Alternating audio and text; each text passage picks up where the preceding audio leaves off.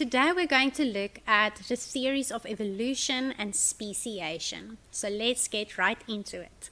So looking at the slides from the start, we have three theories of evolution that we are going to discuss today. We will be looking at Lamarckism. Then we will also be looking at something called punctuated equilibrium, and then Darwin's theory about natural selection.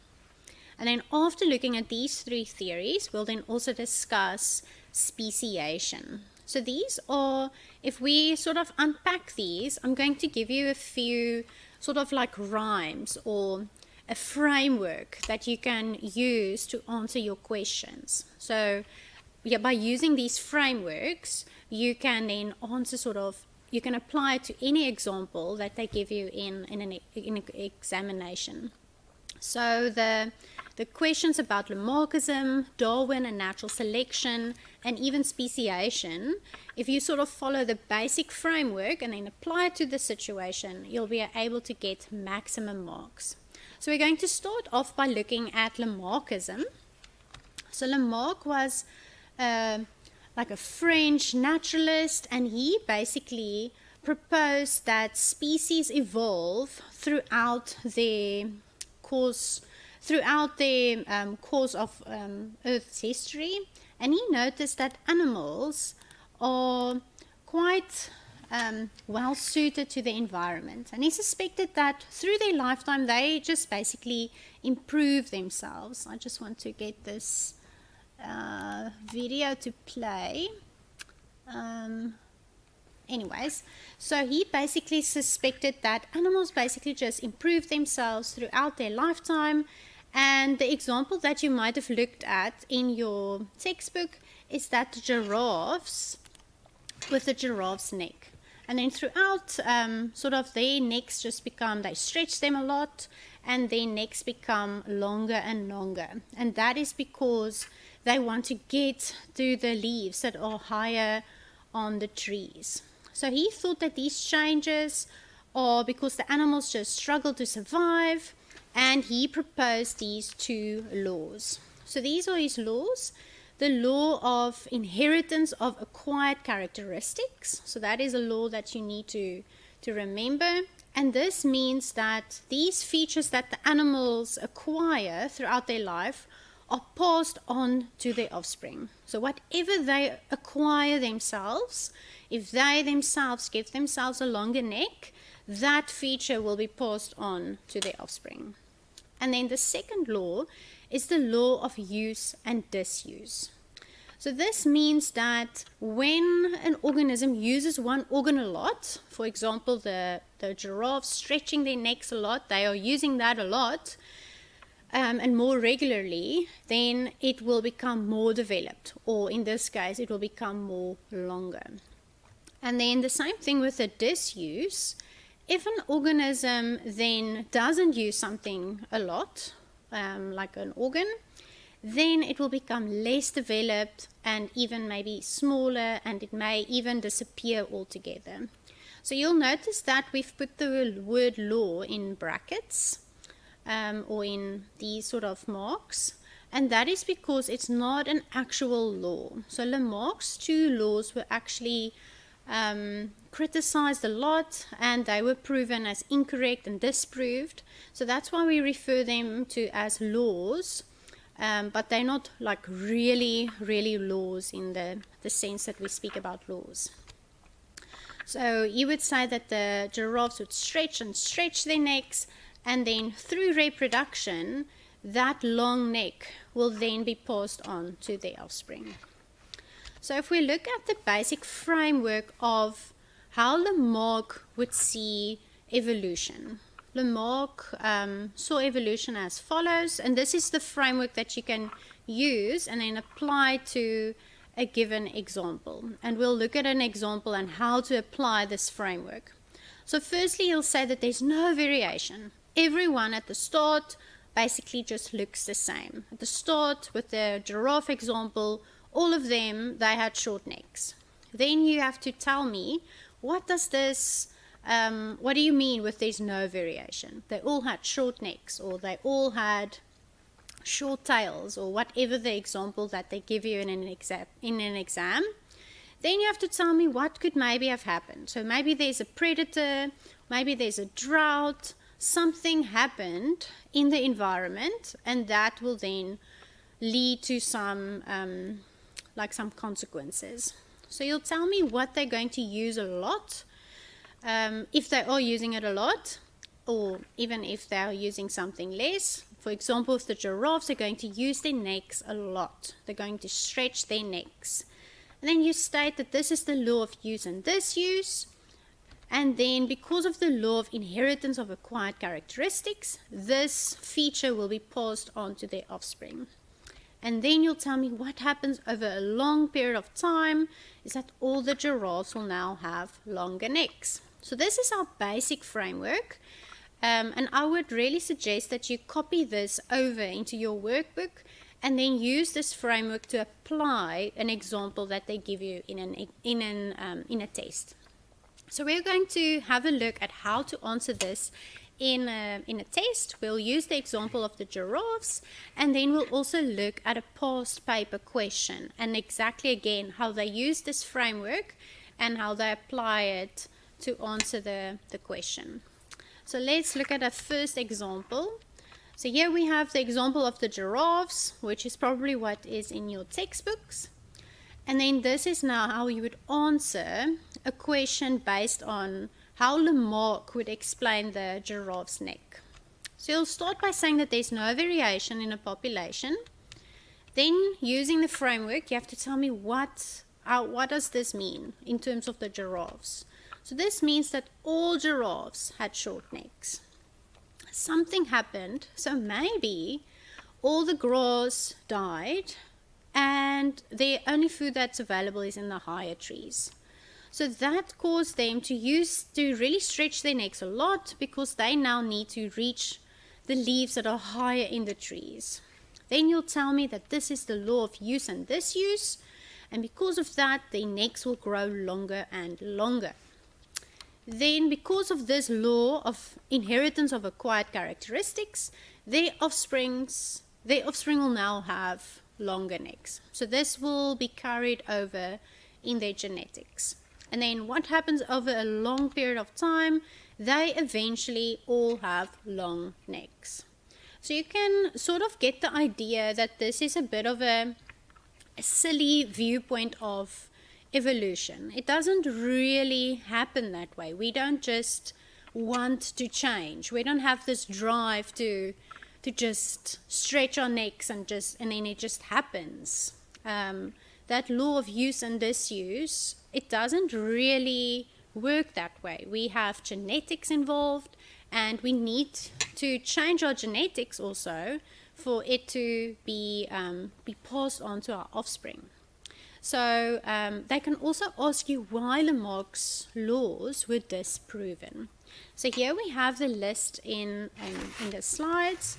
So Lamarck's theories or his laws were incorrect because your phenotype can't change your phenotype and then that changes your genotype. So if you have done genetics, you'll understand these two terms. So I can't go and change my hair color, my phenotype, and dye it red, and then that changes my genotype. My genes will now altogether just change, and I'll have the alleles for having red hair. I can't paint my nails and now have blue nails, and my genotype will now just change. Things doesn't work like that. And because of that, we say that Lamarck's theories are incorrect. And that these features that I now just acquire, the fact that I'm coloring my hair, that doesn't alter my DNA. And because of that, it can't be inherited. So me changing my hair color to red wouldn't mean that my children will now have a red hair color. So I can't just change my phenotype and then that won't just be passed on to my offspring.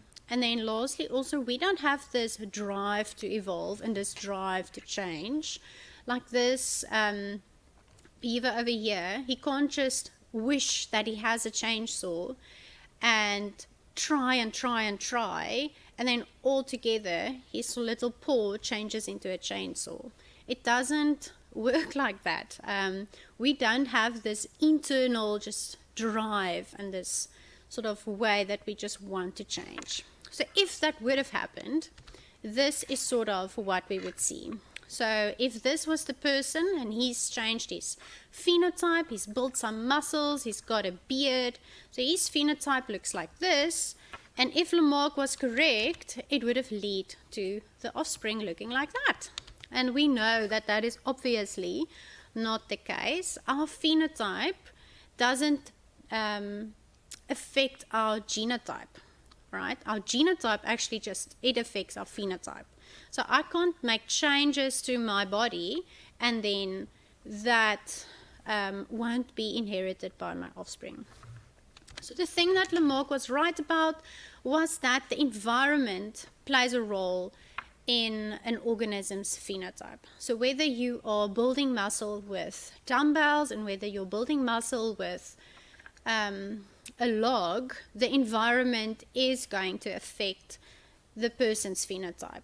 But building the muscle isn't necessarily, the sort of larger muscle won't be inherited by the offspring. All right, so looking at an example from a past paper of how they have asked questions about Lamarckism.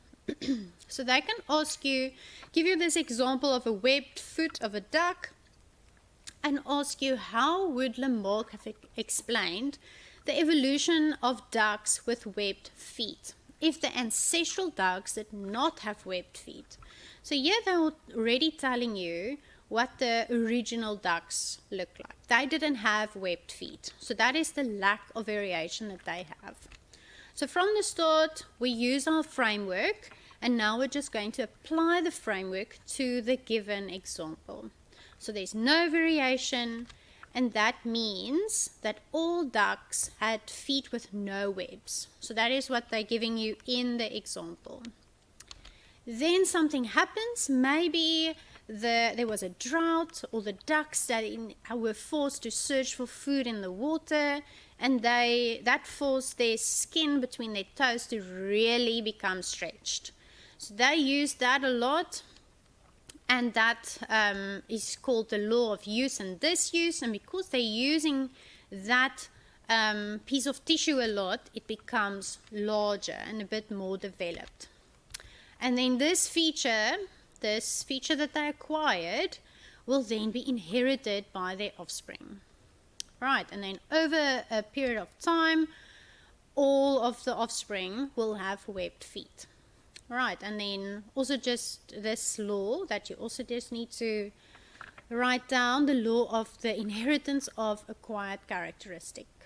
So you can see that following that framework and then just applying it to the given example will really help you to get all the marks necessary. Another question that they can ask you is why Lamarck's explanations is not accepted by most scientists today. So we've covered that quite a lot, and that is the fact that we can't inherit these acquired characteristics, or your phenotypic changes will not be inherited. Or you can also mention that it's only characteristics that are controlled by genes that will be inherited. So that is why Lamarck's theory was discredited. Another quick example of how Lamarck could have explained the evolution of flightless birds. So they're telling you that they are now all flightless. So that means at the start they could fly. So what happened that they now can't fly?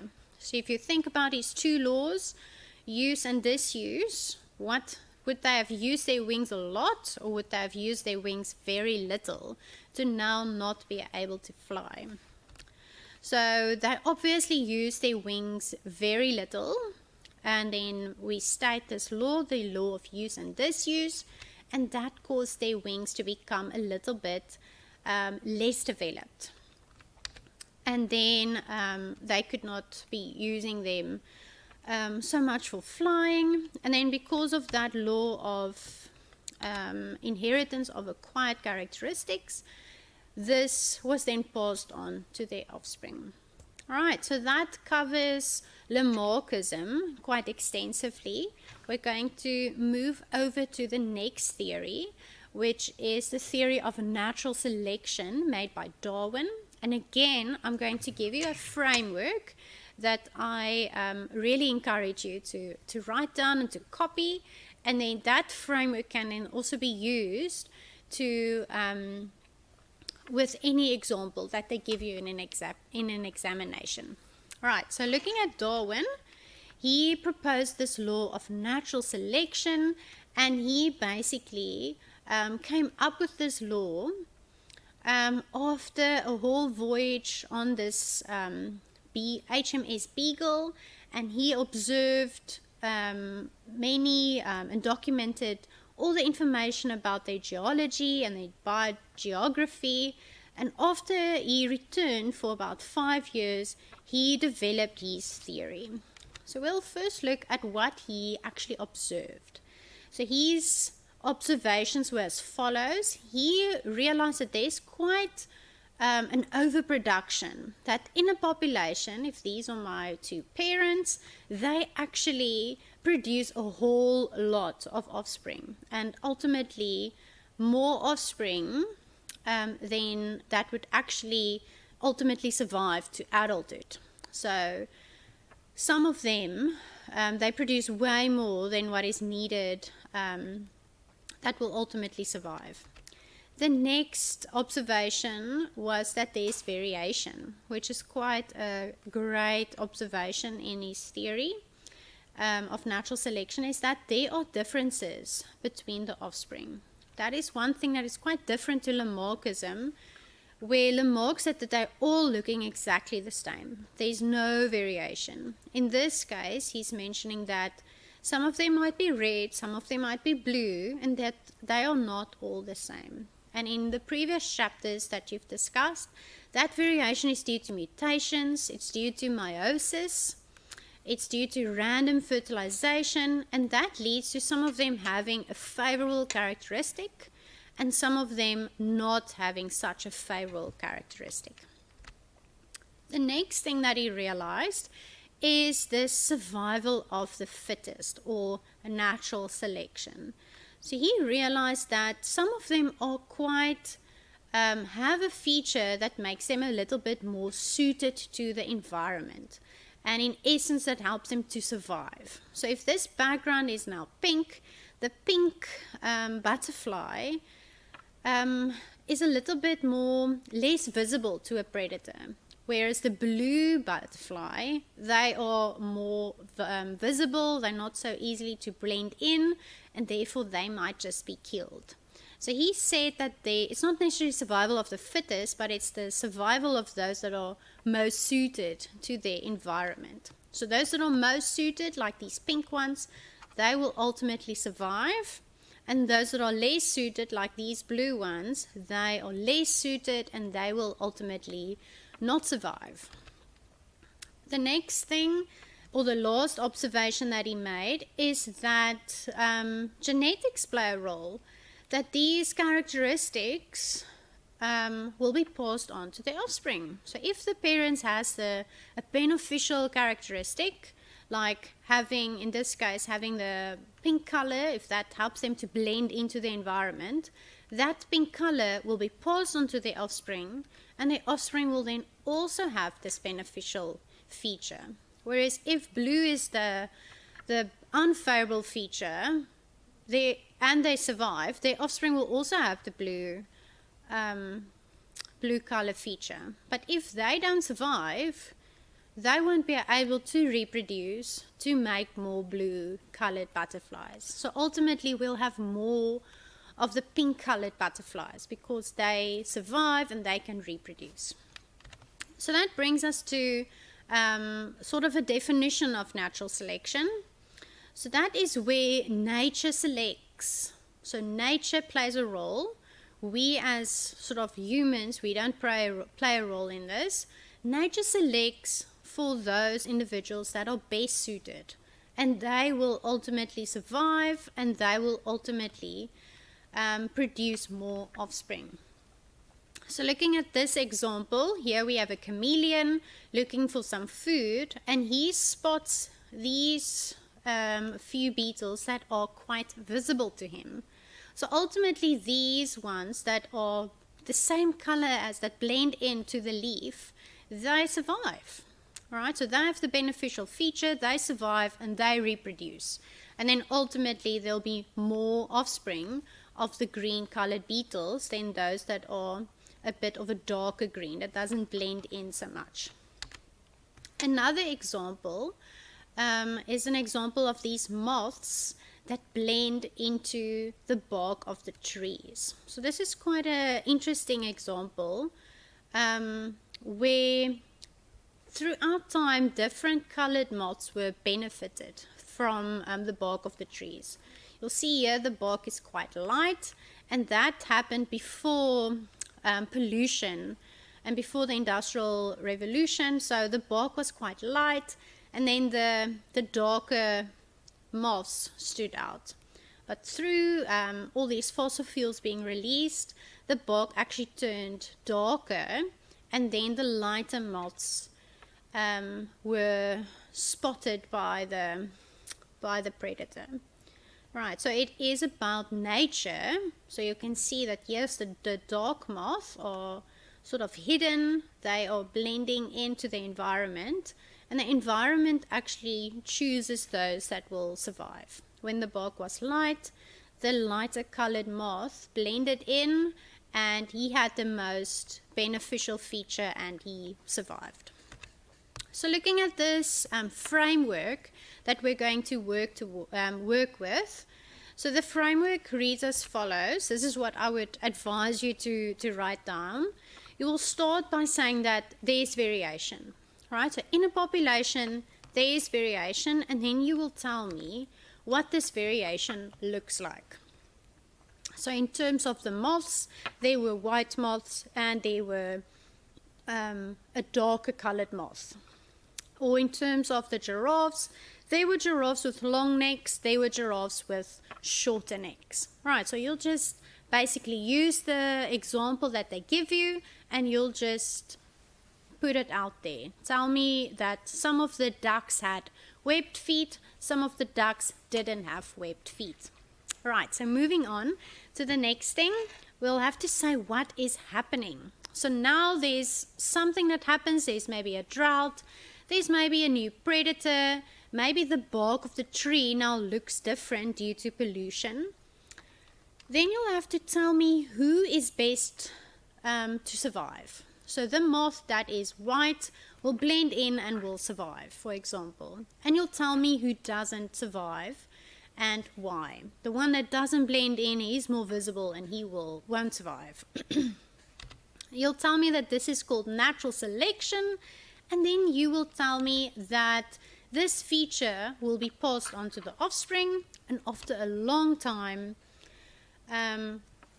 let's say all the giraffes had long necks. So this is your framework, and now we will look at, I think, 2 examples of how to apply this framework to an example. So it's there's a few of these examples of frameworks that you can use. The one for Lamarckism, the framework for Darwinism or natural selection, and then there's also a framework for speciation that you can, if you have your framework, you can really just apply it to the example. So let's look at our first example, the one with the giraffes again.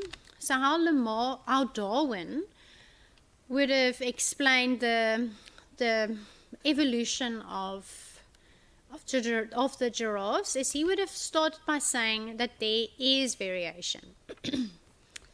Right, then he's going to say some had long necks and others had short necks. So he'll describe the variation. Next up, something happens. There was a drought and only the food high in the trees were able to be reached. The struggle for survival is those with the long necks, they could reach for the food and they could survive. And those with the short necks, they couldn't survive and they they died. You'll tell me this is called natural selection. This long neck feature will be passed on to their offspring, and over a long period of time, all the giraffes had long necks. All right, so applying the framework to an example. So the next example that we are looking at with Darwin is an example of the flamingos and their legs.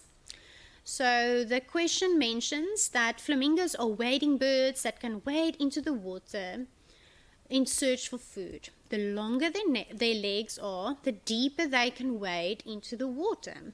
In terms of natural selection, explain why there are more flamingos with long legs than flamingos with short legs. So they are giving you this clue that you have to answer this in terms of natural selection, not in terms of how Lamarck would see this. Lamarck would have a totally different viewpoint, but in terms of natural selection, and you'll see there it's a total of 6 marks. So that 6 marks can really influence your final mark. So using our framework and now just applying it, we'll start by saying there is variation. Next up, we have to basically just state the variation. So some have long legs, others have short legs. Something happens. So the thing that we suspect could happen is maybe there's a shortage of food in the shallow water. So they actually need their longer legs. They actually state this in the question. They need their longer legs to wade for food that are a bit deeper into the water. So obviously those with the longer legs, they are able to survive because they can get the food. And those that have short legs, they would die out. So this is very stating the obvious, but again, following the framework, you can get your maximum marks.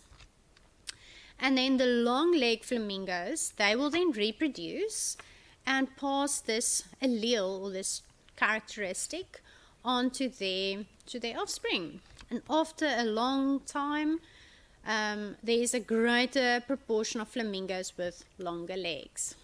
All right. On my slides, there's another example, which I'm going to skip to the end. I'm just afraid we won't have time. So the third theory of evolution that we're going to discuss is the theory of punctuated equilibrium. So this theory was developed by Stephen Gould, and he actually just added and expanded to Darwin's theory. So he basically said that evolution doesn't happen like this. Evolution doesn't happen gradually. Evolution happens where sometimes there's a long period where there's no change, and sometimes there might be a short period where there's like rapid evolution followed by a long period of no change. So that is Stephen's model, or the model of punctuated equilibrium. And it basically, I'll give you the sort of the rundown of it in words, but they can ask you in terms of these two pictures, which diagram illustrates punctuated equilibrium and why. So this is punctuated equilibrium. This is Darwin's sort of model. And the reason for that is Darwin explains an evolution that shows that there's gradual change. You can see there's a colored butterfly, and gradually it's changing the whole time, or it's changing in that direction. Whereas with punctuated equilibrium, he says that there's only so many sort of like intermediate fossils that we find in the fossil record. So we'll find that butterfly in the fossil record, and we'll find that one and that one. We don't actually find all of these in between ones. Otherwise our fossil record would have showed us a lot more in comparison to what we have in the fossil record. So his explanation for evolution is sometimes there's just a long period of no change. Sometimes there's just a rapid evolution followed by a long period again of no change. So here again we have two graphs, and you should be able to tell me which one, the top one or the bottom one, represents, let's say, gradualism, the theory from Darwin, the theory about natural selection, where the species just gradually change, carry on with evolution the entire time. So that is obviously this bottom graph, where you can see that over time evolution is just keeping on happening the entire time. Whereas with the new theory, the theory of punctuated equilibrium, it says that there's evolution. So you can see there's a steep sort of part in the graph. Evolution takes place, followed by a time where there's no evolution, right? There's sort of this constant line in the graph, no evolution, followed by a period where there's evolution, and then a period where there's no evolution. Right, so again, these two, you need to be able to identify which one would represent natural selection, which one would represent punctuated equilibrium. Another example would be this top one versus the bottom one. The top one shows us where this sort of founder species of bird or finch is constantly changing, constantly going through evolution, or gradually going through evolution. And if that were the case, then we would have found that species in the fossil record, that species in the fossil record, and that one in the fossil record, which we don't. We don't have so many intermediate fossils that we found in the fossil record. So punctuated equilibrium shows us that there's some change, right? So evolution happened there rapidly. Then there's maybe a long period of no change, followed by change again. So we'll find that one in the fossil record and that one in the fossil record, and not so many. So there's basically less of these in-between species that we find in punctuated equilibrium. So writing this out, we would say that for a long period, there was no change. So there's this long period of no evolution, or we could call this stasis. And then, due to something in the environment changing, there's now a rapid evolution. So a long period of no change, followed by a short period of change. So for a short period of time, there's some evolution happening. And the sort of the evidence that we have for punctuated equilibrium is the fact that there's not so many intermediate fossils. So we don't have so many of them in the fossil record. So we'll quickly apply what we know now to an example from a past paper. So in this question, they have a phylogenetic tree. And it shows evolution by punctuated equilibrium. So there they give you a clue, and they want you to explain what does punctuated equilibrium mean by using these letters A and B. So A, there's this little insect, which you say A is a long period of change or a short period of evolution.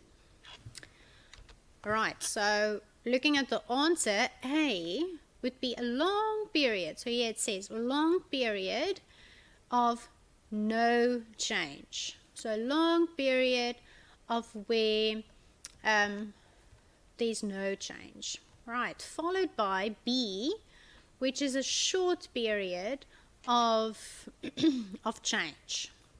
Right, these alternate with short periods of time where rapid changes occur.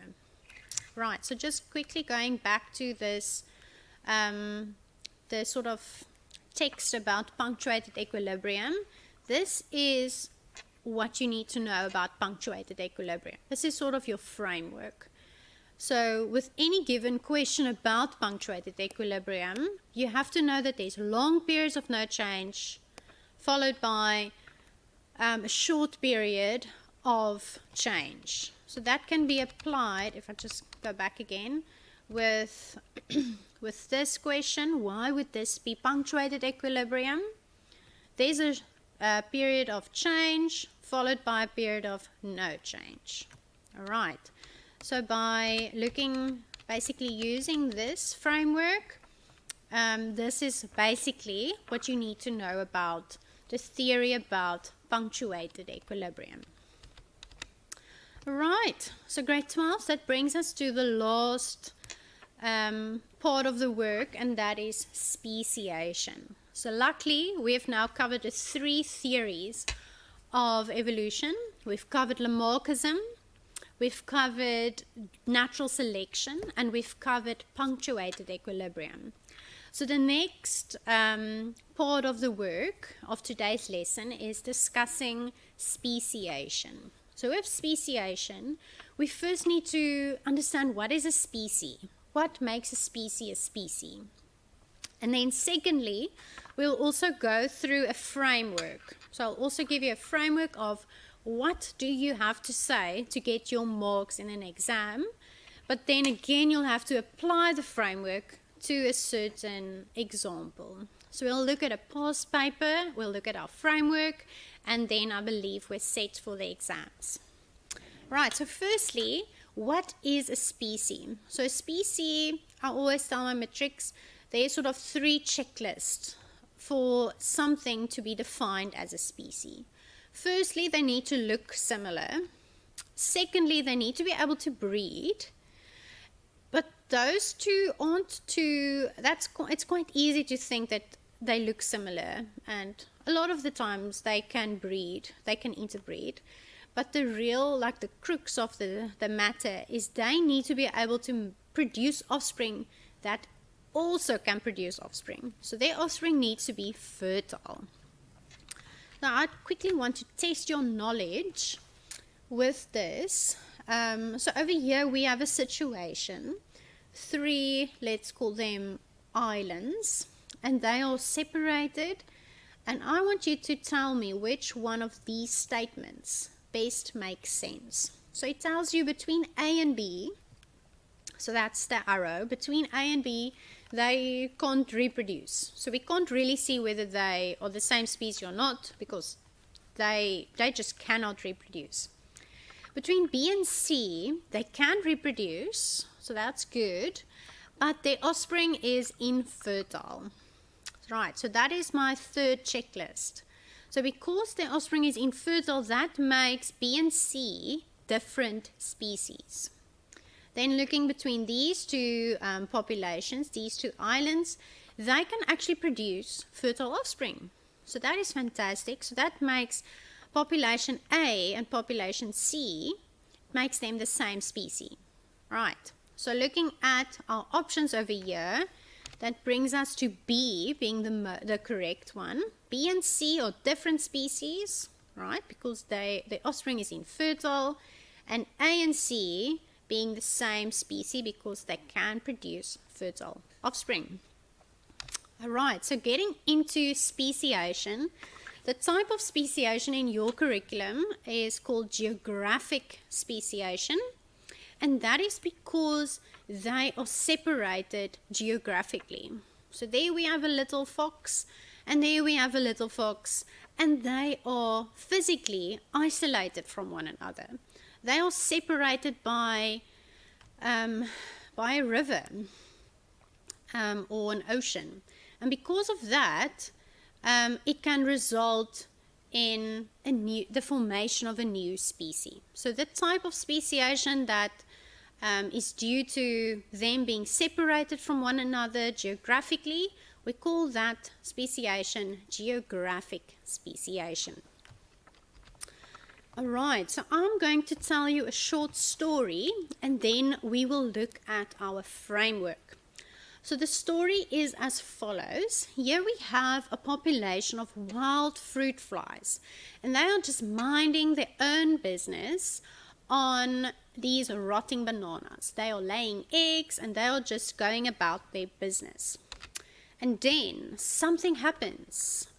there is a tornado or a hurricane, I see in the text, a hurricane, and it washes this bunch of bananas from the mainland, so that was the mainland, and it washes them all the way to a coast of the mainland, so let's just call that an island.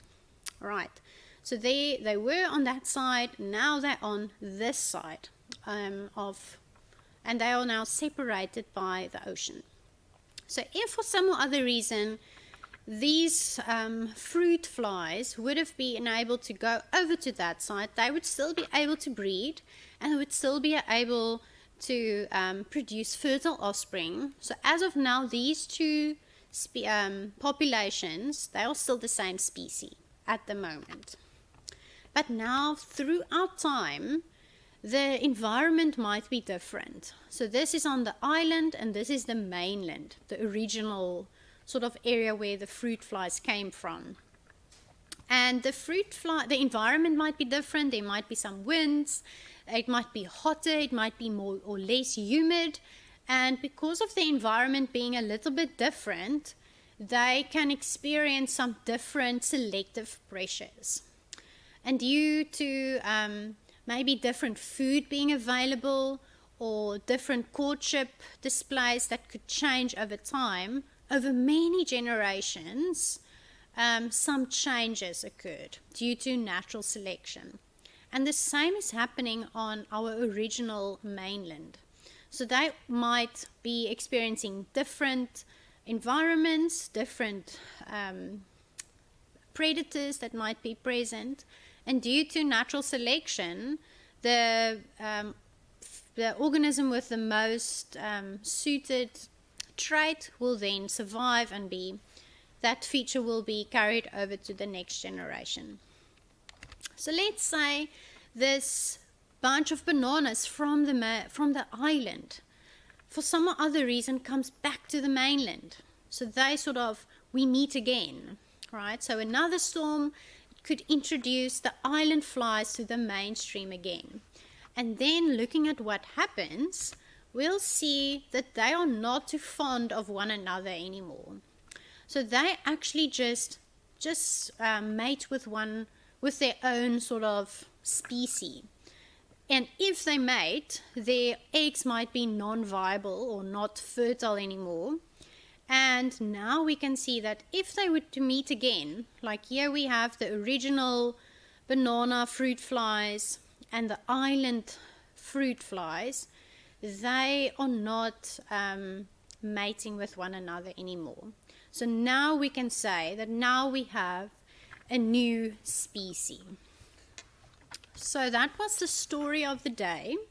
Now I'm going to give you the framework, and then we will apply this framework with a few past paper questions so that you really know that you've got this. So looking at the framework, we'll start by saying that a population is divided into two.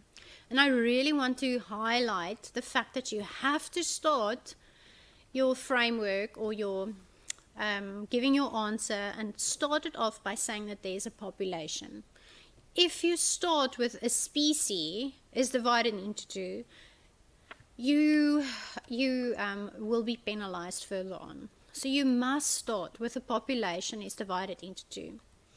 Next up, you have to mention the barrier. So you have to tell me specifically what separates them, because this is about geographical speciation. So there must be some type of barrier, whether that barrier is a river, whether it's a mountain, whether it is strong winds separating one population from another. You have to mention what that barrier is. And usually in the final papers, mentioning that barrier would then be a compulsory mark. So the barrier is always in your question paper. It's always listed in the picture or it is written in the text, but you mentioning that barrier and telling the examiner, this is the barrier that separates the two populations, you'll get 2 marks already for that. Right, so let's carry on with our framework. So now because of that barrier, the two populations, they can't breed anymore. So remember, we had our island fruit flies and the mainland fruit flies. They can't breed anymore. And because of that, there's no gene flow between them, right? Each population will undergo natural selection independently because they are going through different environmental conditions. Each population will become genotypically and phenotypically different, so that if they were to meet again, they won't be able to breed anymore, and that makes them now two separate species.